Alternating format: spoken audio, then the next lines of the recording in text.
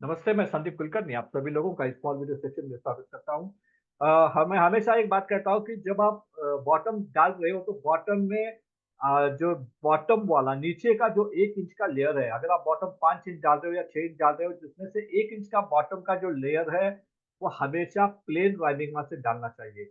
और ये बहुत इम्पोर्टेंट है, क्योंकि कई बार क्या होता है कि आप पूरा का पूरा 5 इंच या 6 इंच जो लेयर है वो बोरॉन ऑक्साइड के साथ में डालते हो तो वहाँ पर कई बार जो मेटल लीकेज होता है या फिर बॉटम से मेटल जाने लगता है तो वो पूरा का पूरा मेटल बॉटम से बाहर निकल आता है। तो यहाँ पर एक बात ध्यान में रखने वाली है कि अगर हम एग्जांपल लें, अगर पानी है, वाटर, तो वो पूरा लिक्विड फॉर्म में है तो वहाँ पर उस लिक्विड फॉर्म में छेद करना मुश्किल होता है।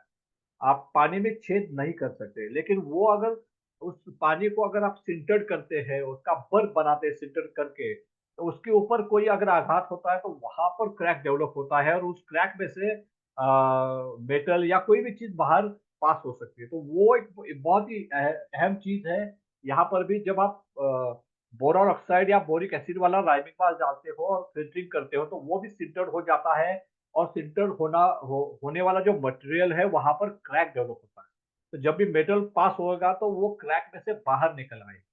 लेकिन नीचे जो 1 इंच का जो राइमिंग मास है वो हम अ, बिना बोरॉन ऑक्साइड या बिना बोरिक एसिड का प्लेन राइमिंग मास डाल रहे हो, वो सिंटरिंग प्रोसेस में सिंटर नहीं होने वाला है, वो पाउडर फॉर्म में वैसा ही रहने वाला है। तो वो जो मेटल है वो जाके उस लेयर के ऊपर रुक जाएगा, वहाँ से नीचे नहीं जाएगा और जब वहाँ पर उस लेयर को वो टच होगा तो इमीडिएटली आपको जो आपके अर्थ एंटेना है वहाँ पर उसको क्लिक होके आपको नोटिफिकेशन आएगा, आपका फर्नेस ट्रिप होगा, आपका जो फर्नेस है वो बंद हो जाएगा और उसके वजह से आपको पता चलेगा कि कहीं न कहीं कुछ गलतियाँ हैं और बड़ा कुछ एक्सीडेंट होने से आप बच सकते हो। तो ये बहुत इम्पोर्टेंट है।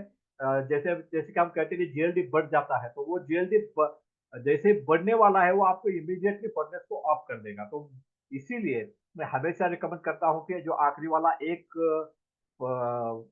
इंच का लेयर है, वो आप प्लेन राइमिंग मास डालिए, लेकिन वो पूरा बॉटम का होना चाहिए, बॉटम के ऊपर नहीं, बॉटम के नीचे। वो गलतियाँ आप मत कीजिए, कई लोग उल्टा करते हैं, तो वो उल्टा मत कीजिए। आपको जहाँ एंटीना है, वहाँ का लेयर नहीं, जो नीचे है, बॉटम लाइन में, बॉटम के बॉटम में, तो वो 1 इंच का लेयर आपको प्लेन राइमिंग मास डालना है ताकि आपका जो जब भी कुछ इश्यूज़ आए, मेटल लीक हो, तो मेटल बॉटम से बाहर ना जाए, आपका बॉटम इंटैक्ट रहे, बॉटम डैमेज ना हो।